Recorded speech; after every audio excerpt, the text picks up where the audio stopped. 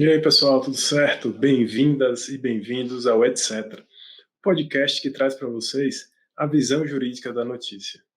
Recentemente, nós tivemos a edição do Decreto 11.563, que regulamentou os criptoativos no Brasil, atribuindo ao Banco Central a competência de tratar sobre o assunto.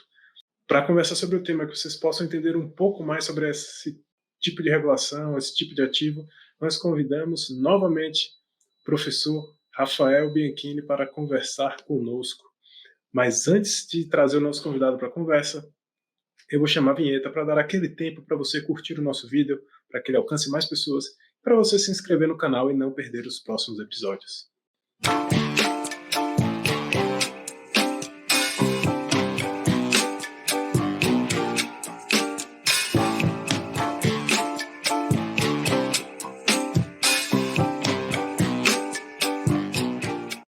Eu sou Bruno Damasceno, estou aqui mais uma vez falando com o meu amigo Max Bandeira. Boa tarde, Max, tudo bem?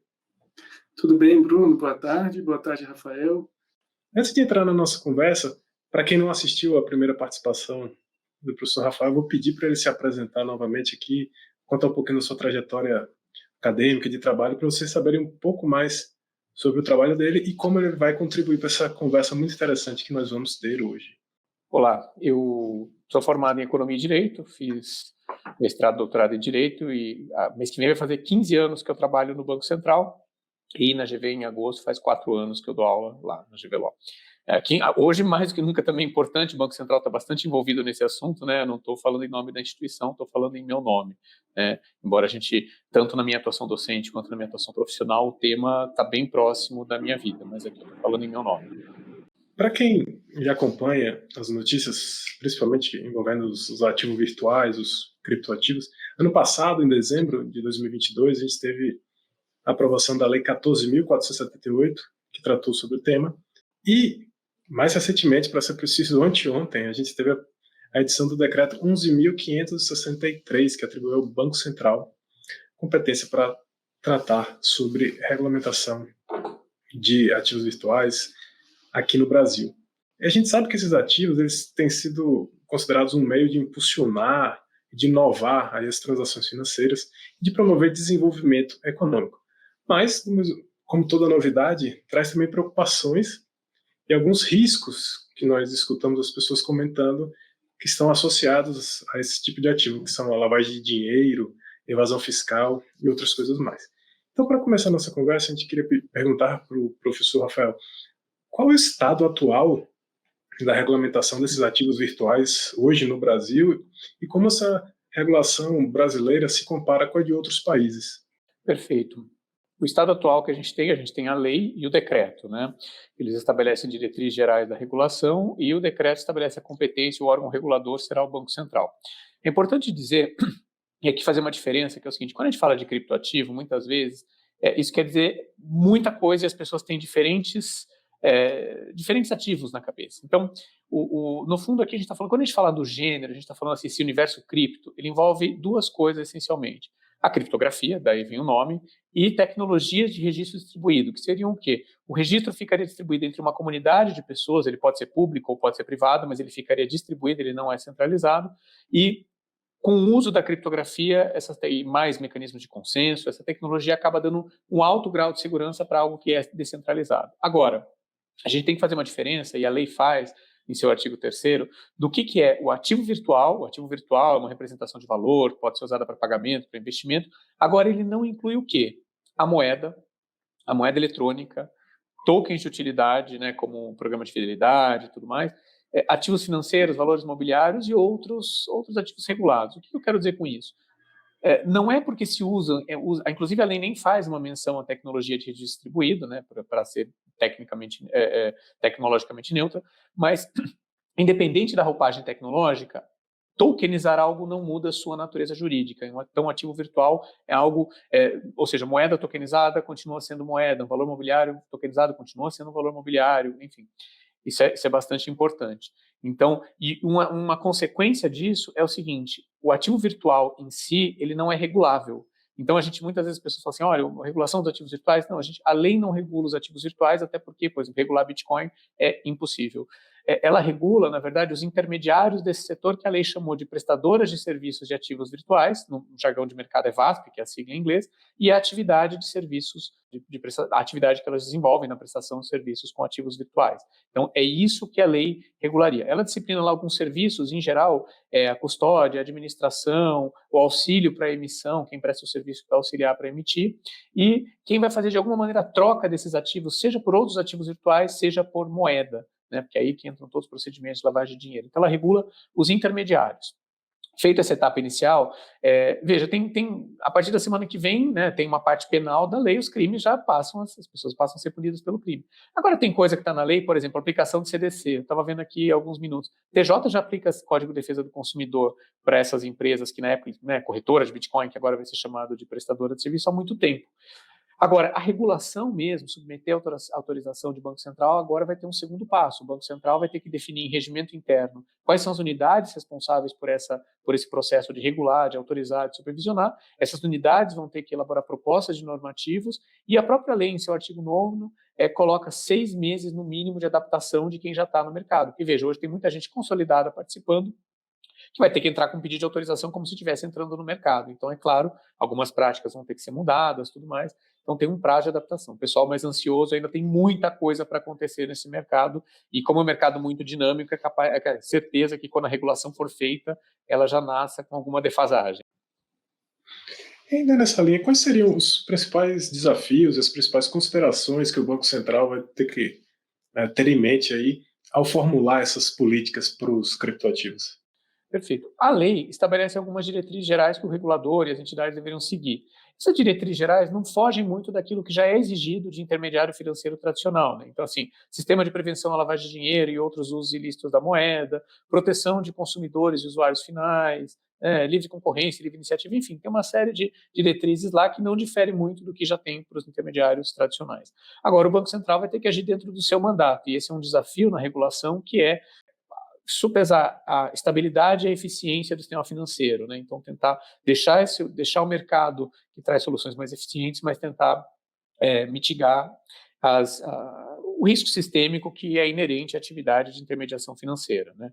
Esse é o grande negócio. O desafio no momento de regular, e alguns reguladores que já tentaram regular isso passaram, é o seguinte: é um mercado extremamente internacionalizado.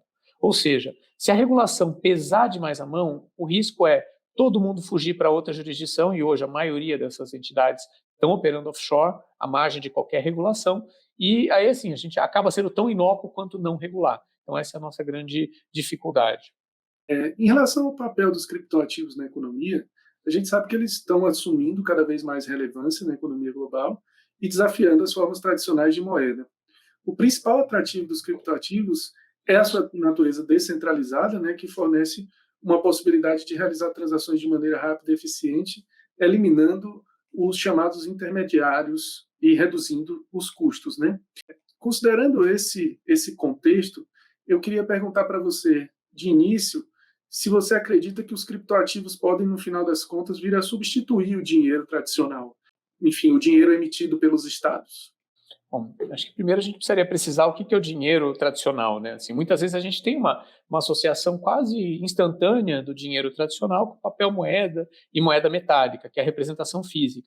Só que, assim, se a gente parar para pensar um pouco, a gente vai ver que da nossa renda mensal, da renda anual, uma parte muito pequena a gente recebe, eu não recebo nada em meio circulante, e uma parte muito pequena a gente gasta nisso. Então, assim, eu tenho, muitas vezes, uma nota de R$50 na minha carteira, ela faz aniversário, né? A nossa moeda já tem essa natureza eletrônica há muito tempo, e claro, a pandemia, né, e todo o risco de as pessoas fazerem pesquisa para ver se transmite vírus com meio circulante, o Pix mesmo, eles aceleraram muito essa digitalização. Então, a própria moeda estatal, a moeda bancária já são eletrônicas, né?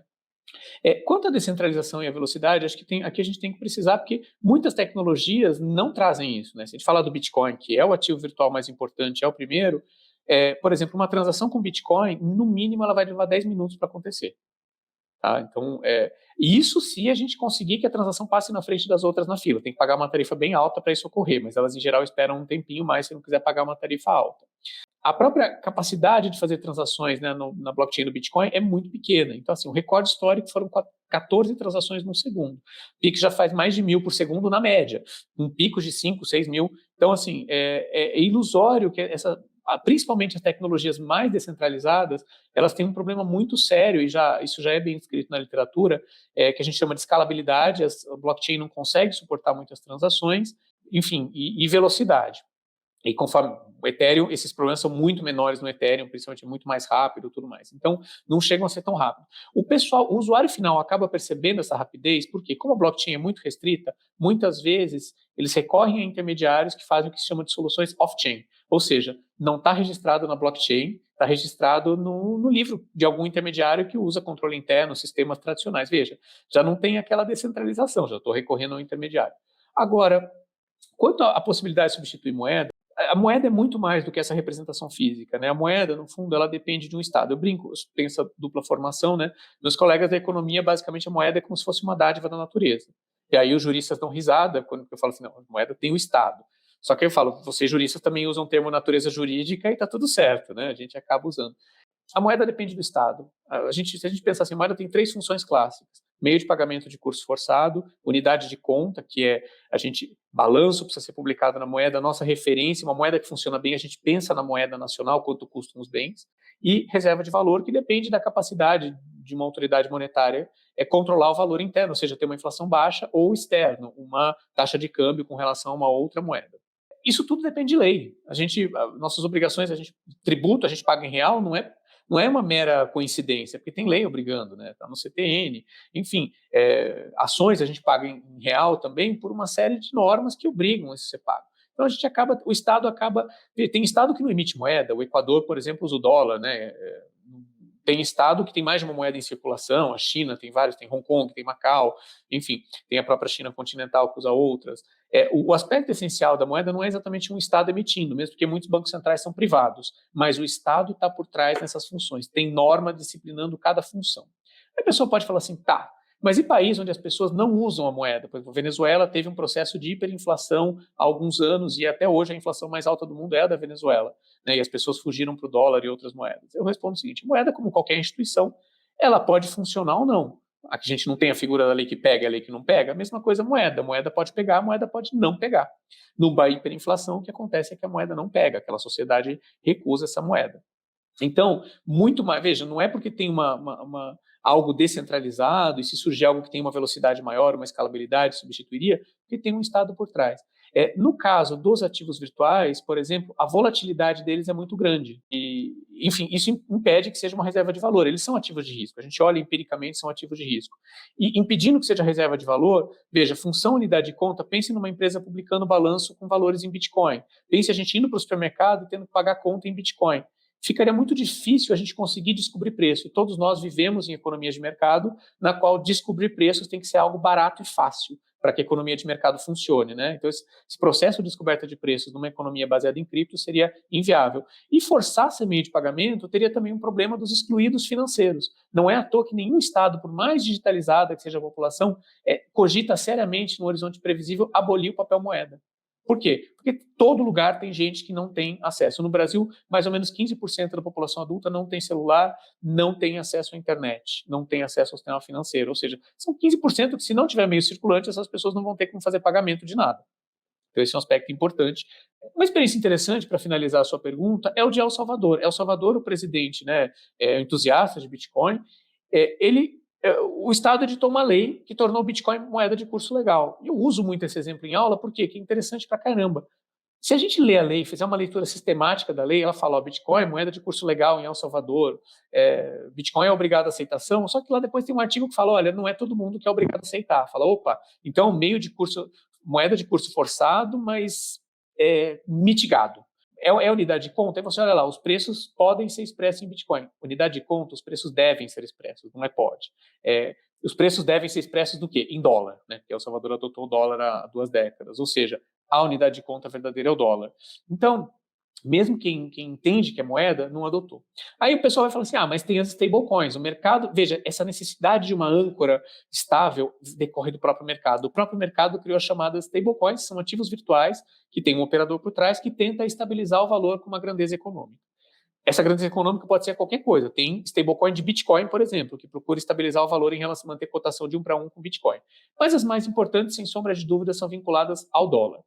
No inverno cripto, no ano passado, várias stablecoins perderam essa paridade e isso mostrou assim, bom, a moeda continua sendo importante. E a Tether, que é a stablecoin mais importante do mundo, teve fuga de depósitos, né? Ela não chegou, perdeu a paridade por pouco tempo, mas não chegou a perder por muito tempo, teve fuga de depósitos. E como que a Tether resolveu a confiança? Aumentou o ativo reserva, né, o lastro deles, a participação do quê? De moeda e títulos de mercado monetário, como operações compromissadas, título público de curto prazo do Tesouro Americano.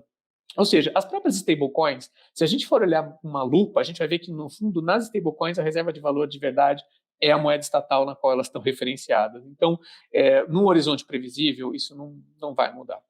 Perfeito, Rafael. Só para complementar, eu ia te perguntar como é que você vê os criptoativos impactando os meios de pagamento e o setor bancário. Levando esse exemplo de El Salvador. Lá, o presidente admite, por exemplo, o pagamento de tributos com Bitcoin. Mas eu não sei, mas imagino eu que não são todos os contribuintes, ou não deve ser a maioria dos contribuintes que pagam os tributos com Bitcoin hoje. Você acha que isso vai mudar, assim, que existe algum momento em que, por exemplo, os estados vão receber a maior parte dos pagamentos em criptoativos? E aí, pensando no setor bancário, como é que você acredita, num horizonte aí de décadas, se os criptoativos têm potencial para desafiar o modelo de negócio dos bancos e levar a uma maior concorrência no setor financeiro? Acho difícil que os estados aceitem ativos virtuais em pagamento, porque se a gente pensar na estrutura de receitas né, o tributo é baseado numa atividade econômica que vai ser referenciada no sistema de preços adotado naquele país. Né? No passado, por exemplo, a arrecadação tributária foi muito boa, por quê? Porque a gente teve uma inflação alta e isso acabou inflando o valor dos bens, portanto, a arrecadação. Então, assim, o ativo virtual não está referenciado em preço.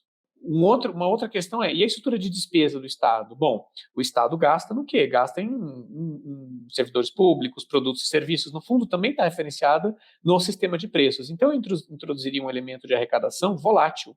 Né? Então, os estados teriam uma arrecadação que teria o risco de preço entre o momento que o Estado recebe aquele tributo e veja, e aí entra a questão, eu vou usar aqui cotação do ativo virtual, a cotação do momento do fato gerador ou do pagamento do tributo. E mesmo do pagamento do tributo, quando o Estado for vender aquele ativo virtual, estiver valendo menos. Né? Não é à toa, por exemplo, que o FMI tem advertido El Salvador sobre o risco fiscal de se ter uma economia, né, em Bitcoin, mesmo porque lá o Estado ele garante para o comerciante poder usar, o Estado garante variações de curto prazo.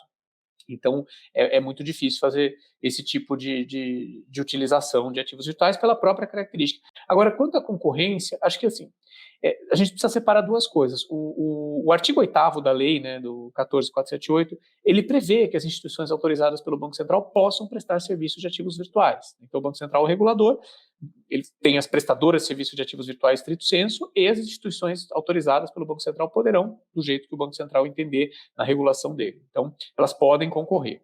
Acredito eu que hoje, no que a gente vê, o Estado, o mais promissor mesmo, não é os bancos fazendo operações com ativos virtuais, mas é o sistema financeiro tradicional se apropriando da tecnologia de registro distribuído, da criptografia, para fazer aquilo que eles já fazem, para fazer intermediação financeira e tudo mais. Ou seja, o que a gente pode ver é o setor financeiro mexendo com produtos muito parecidos com o que ele mexe hoje, mas com tecnologias novas que possam trazer ganhos de eficiência. Por exemplo, existe uma organização chamada R3, que desenvolveu um produto chamado Corda, que é um registro distribuído. Tá? E tem vários bancos no Brasil, os associados são o Itaú, Bradesco e a B3, já são associados. O que eles estão tentando fazer? Estudar como essa tecnologia pode servir para o que o sistema bancário já faz. O uso mais promissor disso, tá, hoje o que eu vejo, é para reduzir custos administrativos. Essas tecnologias propiciam um alto grau de automação, diminui a necessidade de pessoas fazendo comandos discricionários. Então, isso pode reduzir custo administrativo. Agora, a gente tem que tomar muito cuidado. A tecnologia, sem dúvida, contesta o modelo de quem já está estabelecido. Isso não tenho dúvida e pode trazer maior concorrência. Agora, essas tecnologias, muitas vezes, estão associadas à plataforma. E tudo que envolve plataforma tem uma questão de externalidade de rede. O que é externalidade de rede? Quando entra uma pessoa na rede, ela ganha de entrar na rede, mas ela beneficia uma rede inteira. E o problema de redes é ela tende à concentração muito rápido. E ela tende à concentração não por prática anticompetitiva e não necessariamente por maior eficiência. Quem fez a primeira rede leva tudo. Né? Então, isso é muito comum. Se a gente pensar no mercado de Big Tech, a gente vai ver por que ele é concentrado, porque é dificílimo desafiar quem já entrou nesse mercado. Então, o risco que a gente tem com essas novas tecnologias é o quê? Quem for o pioneiro acaba levando o mercado inteiro e concentrando o mercado. Pegando um gancho nesse risco que você falou, Rafael, de concentração de mercado, quais seriam os outros principais riscos, pelo menos que você julga principais no uso aí dos criptoativos, e como o Banco Central, como regulador aí da matéria, pode tentar minimizá-los? Bom, primeiro, né, inerente ao risco de variação de preços. Né? Esse é inerente a eles. E eu explico assim, no caso do Bitcoin é muito fácil explicar. Né? Bitcoin tem uma oferta rígida. Né? Assim, hoje tem 19 milhões e 300 mil em circulação, serão 21 milhões e depois não vai poder emitir mais. Gente, em economia, oferta e demanda se relacionam. Quanto maior a demanda, né, tudo mais constante, o preço aumenta. Se a oferta é rígida, o que acontece? Aumenta a demanda por Bitcoin, o preço sobe, diminui, o preço cai. A oferta não consegue se ajustar. Não é à toa, por exemplo, que no gerenciamento de meio circulante, chega dezembro, que o pessoal recebe 13º e precisa gastar mais, o Banco Central tem já toda uma programação monetária para injetar mais dinheiro na economia em dezembro, para evitar que tenha escassez. Como o Bitcoin não tem isso, o que acontece é que o preço dele fica extremamente volátil de acordo com a demanda, dado que a oferta dele é inelástica. Risco de preço, obviamente, o Banco Central não tem que dizer qual é o risco de né, ele vai fazer o quê? Vai interferir no mercado? Não tem nenhum sentido. Nesse caso, é muito mais determinar que as prestadoras de serviços de ativos virtuais sejam transparentes com seus clientes quanto à variação de preço. Isso é importantíssimo, ou seja, ela não vai influenciar o preço, mas ela tem que ser, tomar risco não é problema nenhum, desde que você saiba o risco que você está tomando, desde que ele seja adequado ao seu perfil. Sempre falo para as pessoas, se você acha que ações é muito arriscado para você, nem vai para Bitcoin, porque a variação de preço é muito maior que o mercado de ações. Uma outra questão importante nesses produtos é o seguinte, a blockchain é uma tecnologia extremamente segura, e eu posso falar com muita tranquilidade. Veja, quem conhece, se a gente olhar os modelos matemáticos subjacentes ao Bitcoin e tudo mais, probabilidade zero não existe, então não dá para falar que nunca vai ser hackeado, mas é uma probabilidade que dá para ser desprezível, dá para a gente desconsiderar a probabilidade de destruir a blockchain e tudo mais. Então, ela, em termos tecnológicos, ela é muito segura. Mas como tem aqueles problemas que eu comentei com vocês de escala para fazer transações, boa parte das transações é o que a gente chama de off-chain. São transações que não acontecem na blockchain. E aí, veja, toda aquela segurança que eu falei para vocês deixa de existir. E estou falando de algo que custa, né? Bitcoin vale $25 mil, eu vi ontem a cotação, hoje eu não vi, talvez seja mais. Talvez, né, quando for ao ar aqui a cotação seja outra, tenha acontecido um outro evento, mas de todo modo é um valor considerável. Então a gente tem muitos casos de ataques cibernéticos a essas soluções off-chain. Então, por mais que a blockchain seja segura, não dá para a gente ignorar essas soluções. E aí, a função do Banco Central, enquanto regulador, acho que é importante colocar requisitos para essas soluções. Ou seja, assim como o intermediário financeiro internacional, uma governança de segurança da informação, né? Qualquer instituição vai ter o seguinte dilema: se eu investir mais em TI, com certeza eu vou ter menos ataque cibernético, mas pode ser que o custo seja muito alto. Então, talvez valha a pena eu arcar com um risco residual de perda, saber que eu vou ter algumas perdas, mas eu invisto menos. Né, deixar que o setor privado decida isso daí. E nesse caso, acho que o Banco Central teria que trazer esses requisitos de tecnologia da informação, como ele já tem para outras coisas. Né? Algo que tem muito pesado, e esse assim, é manipulação de mercado, e de todo tipo. Né? Se a gente olhar, por exemplo, o inverno cripto, que foi 2022, o que aconteceu, no fundo, foi carteiras grandes, que eles chamam de baleias, conseguiram se desfazer de posições, empurrando suas posições para carteiras pequenas, que são os CRIL. Ou seja, é investidor grande ganhando em cima de pequeno. Mas não é só esse tipo de manipulação de preço de mercado que a gente tem.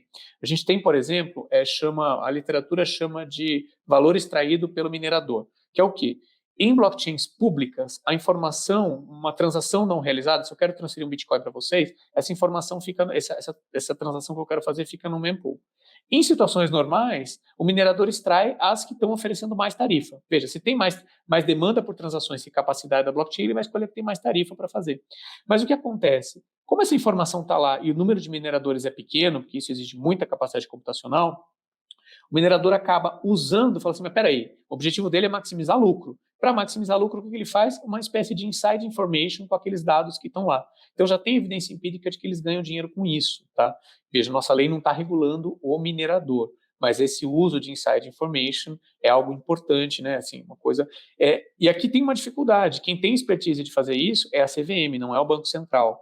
Então, a gente ainda vai ver próximos capítulos. Hoje eu estava lendo no Valor Econômico que a CVM entende que, na verdade, a plataforma de negociação deveria ser regulada por eles. A lei dos criptoativos, eu acredito que ela tem duas falhas, aliás, ela tem três, na minha opinião, três omissões muito graves. Tá? E se a gente comparar, por exemplo, com a MiCA, que é o regulamento proposto na União Europeia, né, Marketing in Crypto Assets, ainda não está em vigor na União Europeia, mas está proposto, ela tem três coisas que não tem na nossa.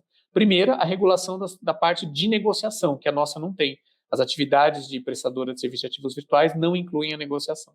Claro, o parágrafo único permite que o regulador, no caso o Banco Central, amplie, mas na lei não está. Então, esse é um primeiro problema. Outro é a atividade de aconselhamento em ativos virtuais. Vai ter muita gente, assim como tem lá o agente autônomo de investimento, que te recomenda investir em XPTO, vai recomendar. Essa atividade também está fora. Né? A obrigação de que a aplicação seja adequada, o perfil do investidor, está tudo fora. E em terceiro, isso foi uma questão política importante de briga, o Senado queria, a Câmara não, e acabou prevalecendo a Câmara, a segregação patrimonial entre as prestadoras de serviços de ativos virtuais e seus clientes. O que acontece hoje, como operar em blockchain é muito caro, a maioria dos intermediários, ou quase totalidade, eles operam o seguinte, quem tem a conta na blockchain, quem tem o registro na blockchain é deles, ou seja, o mercado Bitcoin tem uma conta, se eu comprar um Bitcoin no mercado Bitcoin, eu não tenho Bitcoin, vai ter lá no nome deles. Por quê? Porque é muito caro fazer transação. Na hora que eu vendo, eles fazem um ajuste gráfico numa conta deles. Isso em si não é um problema, é inerente à tecnologia.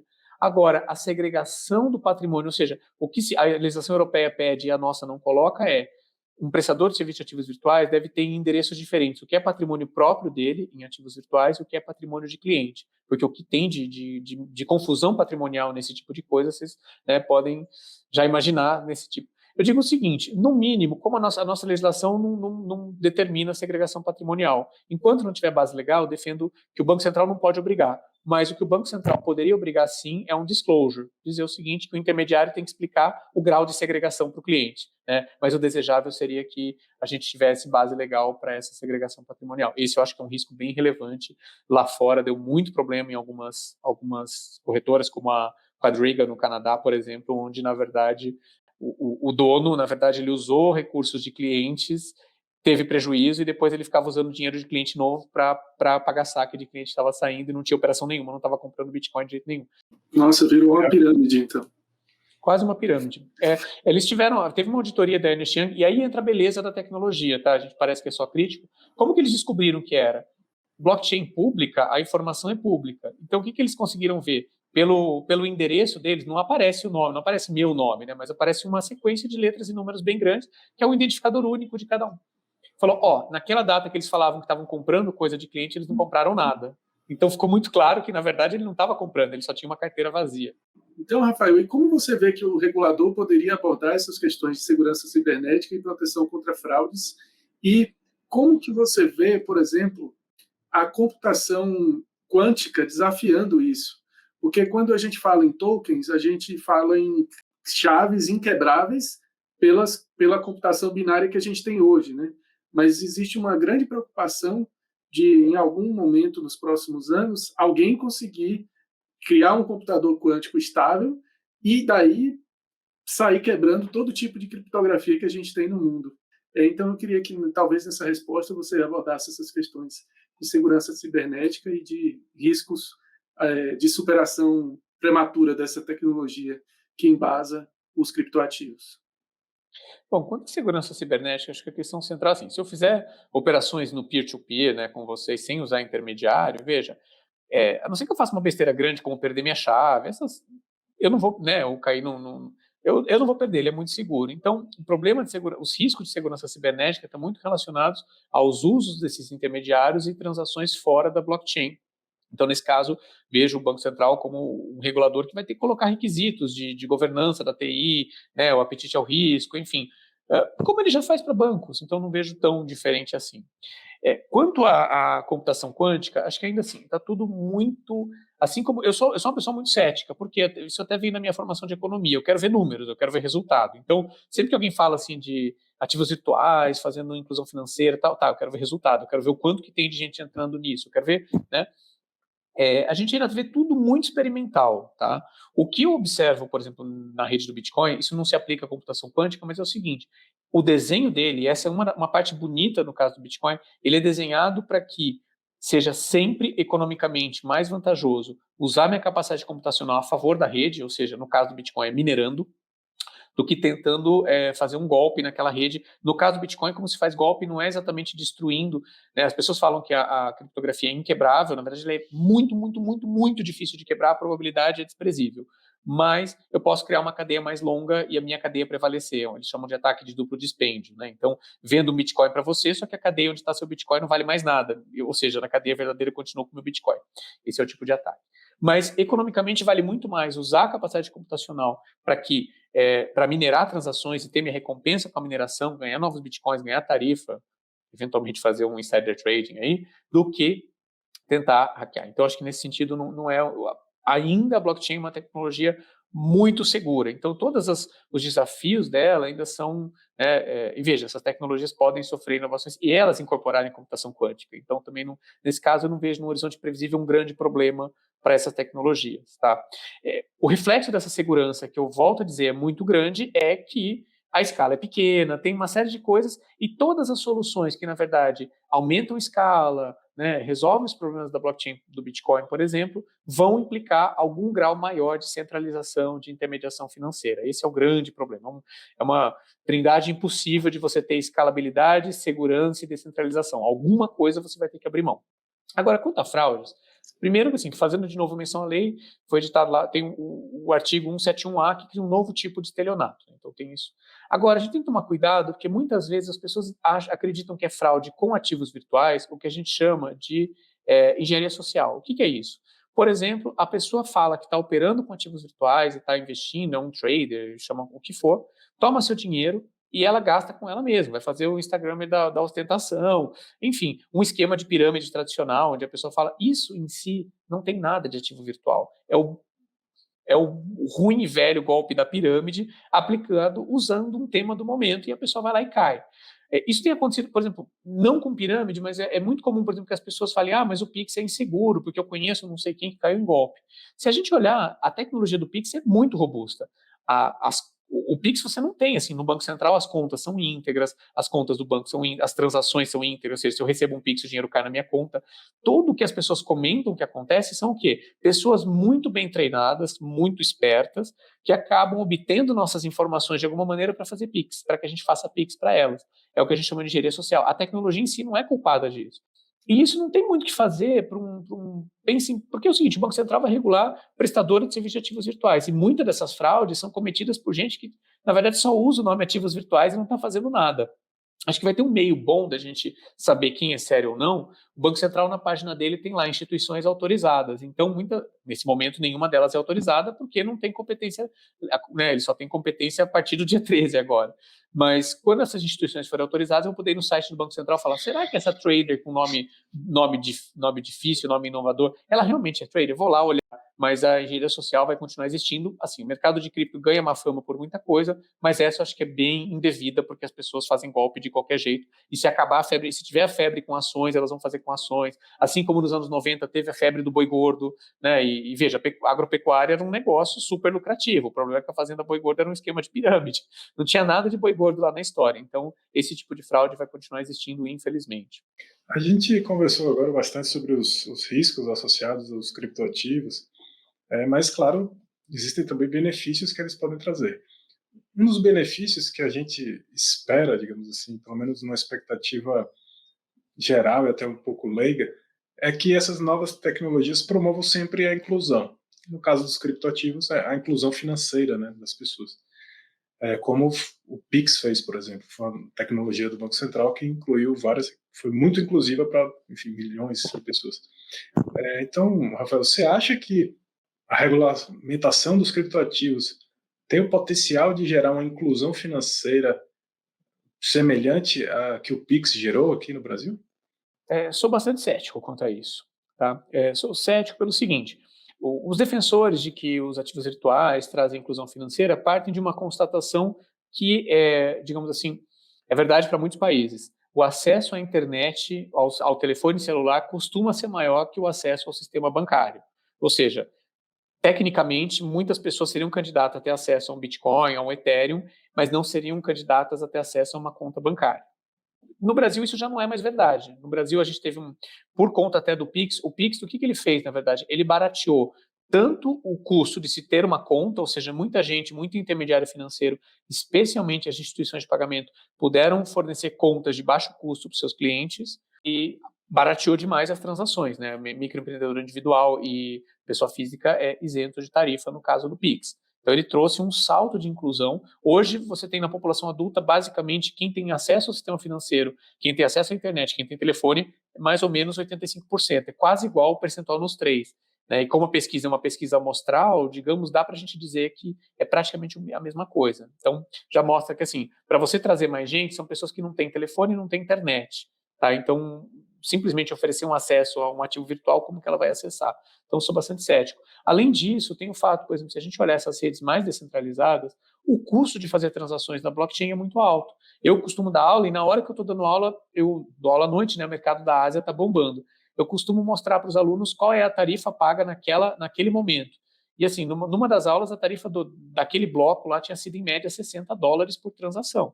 Gente, não dá para pensar em inclusão financeira com esse custo. Uma transação. Claro, era um momento de pico, é uma tarifa excepcional, mas mesmo assim, só para vocês terem uma ideia, as tarifas não são baixas, tá? Tanto que as próprias corretoras brasileiras, né, as prestadoras de serviços de ativos virtuais, costumam fazer tudo off-chain. Então, fica muito difícil a gente pensar em inclusão financeira com um custo de transação tão alto, com um tempo de transação alto para realizar, né? Acredito muito mais em soluções tradicionais baseadas em mensageria, como o Pix, ou regulador que tente ver o seguinte: será que eu colocar um requisito de conta tão pesado, porque toda regulação tem custo, né? No fundo requisito de prevenção à lavagem de dinheiro tem custo para o banco que vai fazer isso daí. Tem que contratar aplicativo, tem que contratar um monte de... É caro. Mas será que se eu quiser fazer uma conta menor, com limites menores para incluir, não faz sentido relaxar esses controles para trazer mais gente para o sistema? Qual o risco que eu tenho? Enfim, isso precisa ter diálogo constante com o mercado. Agora, com ativos virtuais, eu sou bastante cético, tá? Agora, importante dizer também, alguns bancos centrais estão lançando moedas digitais com o objetivo de inclusão financeira. Não é que, se você olhar assim no regulamento piloto do Real Digital, a inclusão financeira se encontra lá. É algo desejável, claro, mas não é o objetivo primordial aqui. Quem fez isso? A Bahamas, por exemplo, lançaram lá o $100 para a inclusão financeira da população. Só que se a gente olhar, todos os bancos centrais que estão lançando moedas digitais, ou seja, é moeda, não é ativo virtual, não é prestadora de serviço de ativos virtuais, eles não têm algo equivalente ao Pix. O Pix a gente chama de... Né, o Pix é um arranjo de pagamento, mas ele tem subjacente pagamentos instantâneos. Todo país que tem solução de pagamento instantâneo acaba indo para a solução de pagamento instantâneo como mecanismo de inclusão. Tá? Quem está usando moeda digital de Banco Central é porque não tem pagamento instantâneo e acaba usando isso daí. Nada contra, acho que podem ser soluções. Muito embora eu preciso ressaltar também que o resultado se a gente olhar o $100, que foi lançado na mesma época do Pix, deixa muito a desejar. Foi adotado por 5%, 10% da população, enquanto o Pix, se a gente olhar individualmente, ele já é o meio de pagamento mais utilizado, se a gente considerar que cartão de crédito é uma coisa e de débito é outra, né? Então, não vejo nesse sentido. Veja, e não significa que sejam ruins, tá? Mas acho que tem coisas que fazem a inclusão financeira melhor, a um custo menor, tá? Existem outros objetivos que esse mercado pode atingir. Perfeito, Rafael. Aproveitando que você puxou esse assunto, caminhando aqui para o final do nosso episódio, a gente queria discutir essa questão do real digital.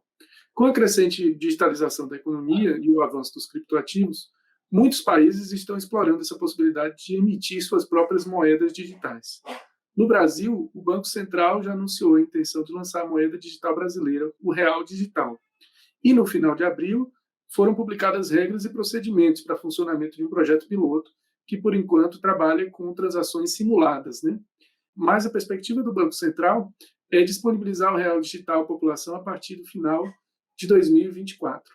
Considerando isso, eu queria perguntar para você como é que seria a implementação da moeda digital brasileira. O que é o Real Digital?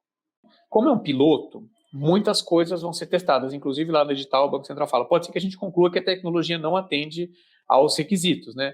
Em 2017 e 2018 o Banco Central testou uma tecnologia de registro distribuído para ser contingência do sistema de transferência de reserva, que é onde a gente faz nossas TEDs, por exemplo, e ele concluiu que ela não cumpria com o requisito de sigilo bancário. Assim, um dos grandes problemas dessa tecnologia para o uso pelo sistema financeiro é como ela vai cumprir com o sigilo bancário, dado que todo mundo tem acesso ao registro. Então, teria que ser distribuído, mas não tanto. Então, essa é uma parte importante que vai ser testada pelo Banco Central, se ela tem eficiência, né, se ela consegue fazer muitas transações por segundo e tal.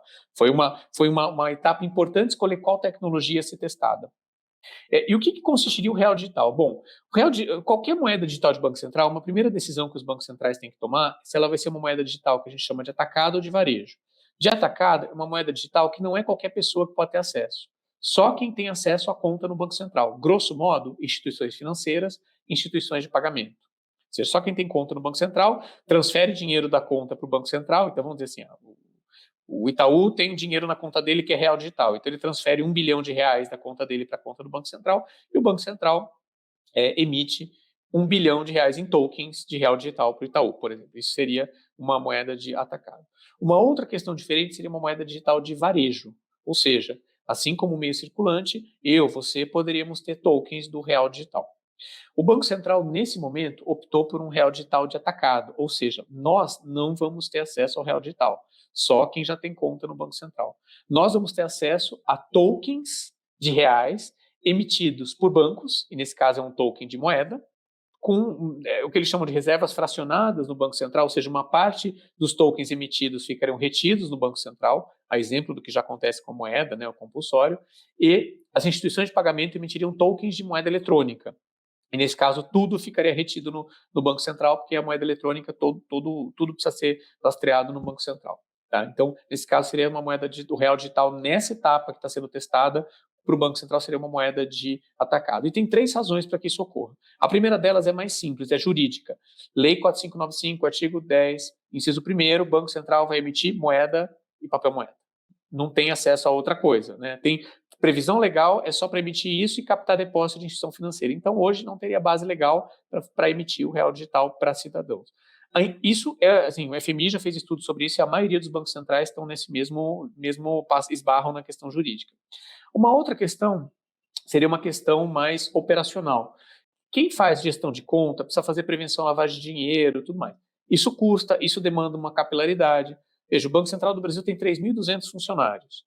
O Banco Central que eu vi que tinha mais funcionários, faz uns 10 anos, era o da Rússia, tinha 70 e poucos mil. Nenhum Banco Central tem estrutura suficiente para lidar com o grande público. Então, isso demandaria repensar tudo que o Banco Central faz. Mas é claro, não é um limite em absoluto. A gente pode repensar coisas, né, fazer real digital em menor volume, e aí não precisa ter problema de prevenção à lavagem de dinheiro, tudo mais, mas isso envolve não é tão trivial fazer isso daí. E, por fim, um risco grande, que é um risco econômico, que é o seguinte, o risco de fuga de depósitos.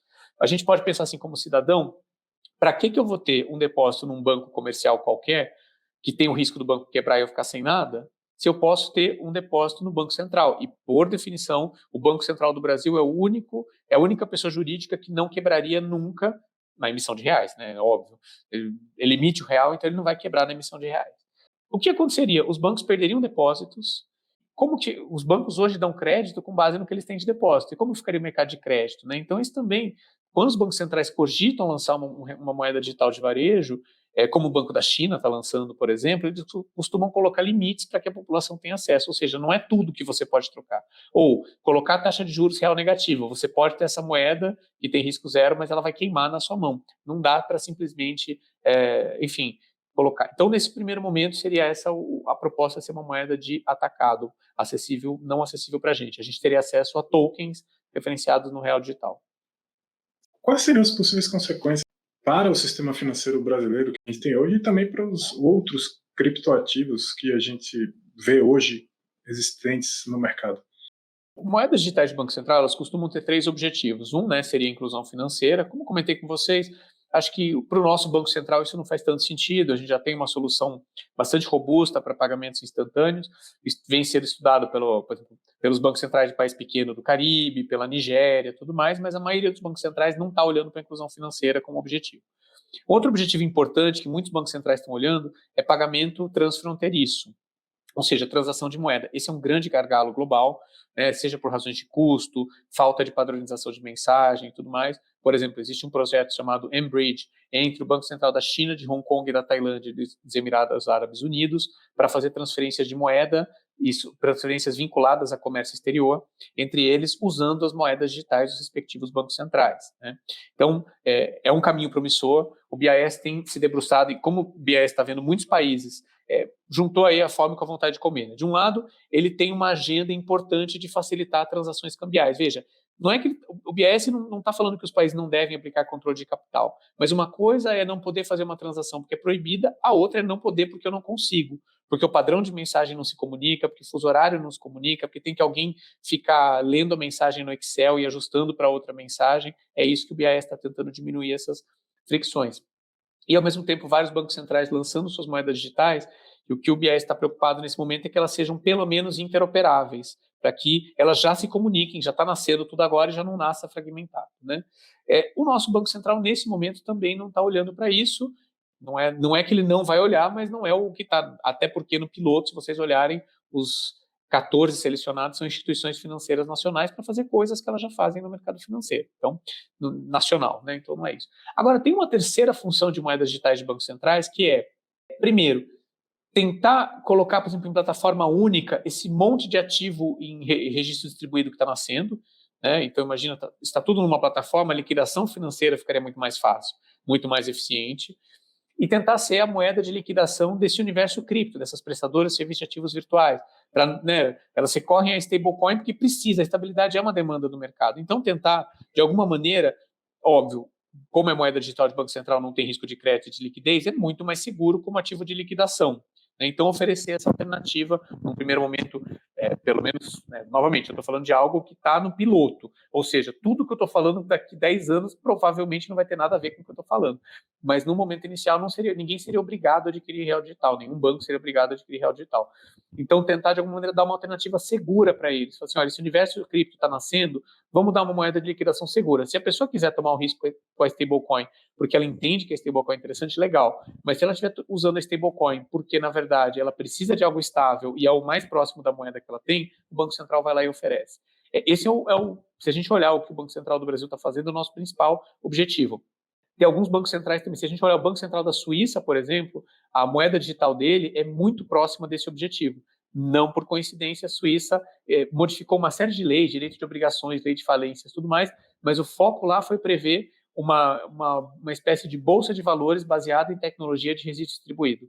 E com isso, né, a bolsa da Suíça, que equivale à nossa B3, é o grupo SIX, faz liquidação usando o quê? A moeda do Banco Central da Suíça, a moeda digital do Banco Central da Suíça. Então, é tentar dar uma alternativa segura e, claro, como ele ofereceria uma plataforma única para muita coisa, quem colocaria naquela plataforma teria ganho de eficiência gigantesco. Se eu não me engano, no real digital que vai ser testado vai ser moeda eletrônica e título público federal, porque o Selic, né, que é onde ficam depositados os títulos públicos federais, é operado pelo Banco Central do Brasil. Então, imagine, por exemplo, hoje, uma transação que a gente faz no Tesouro Direto envolve uma troca de mensagens muito grande entre Tesouro, Selic, né, entre o nosso banco, a B3 e tudo mais.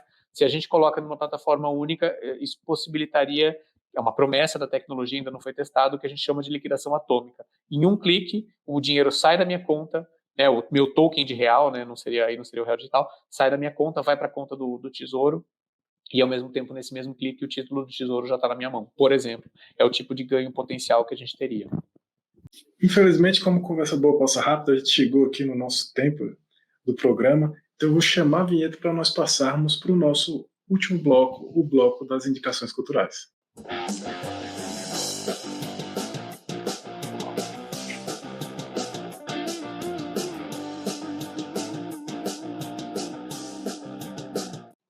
Entramos agora no nosso último bloco do episódio de hoje, e aquele nosso tradicional momento que gera tanto engajamento aí nas redes sociais, que vocês comentam, mandam mensagens para a gente depois, que é o momento da indicação cultural.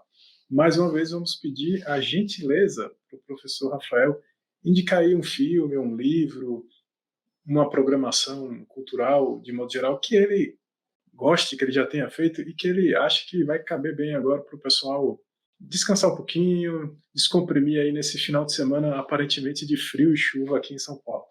Fica difícil propor para sair, né, em final de semana, quando tem esse clima aqui. Eu costumo, até por ser formado em economia, eu costumo gostar muito de alternativa gratuita, sabe? A gente já paga para fazer tanta coisa, né? Então, moro aqui na Paulista, sempre fico atento, né? Terça-feira o MASP é de graça, por exemplo, então sempre tem coisa nova na terça-feira, uso o meu horário de almoço para dar uma passadinha lá, né? Acervo permanente, eu estou careca de saber, mas, enfim, acho que aí são os mais batidos, falar Instituto Moreira Salles. Tem um museu de São Paulo que eu acho muito legal e o pessoal não conhece muito.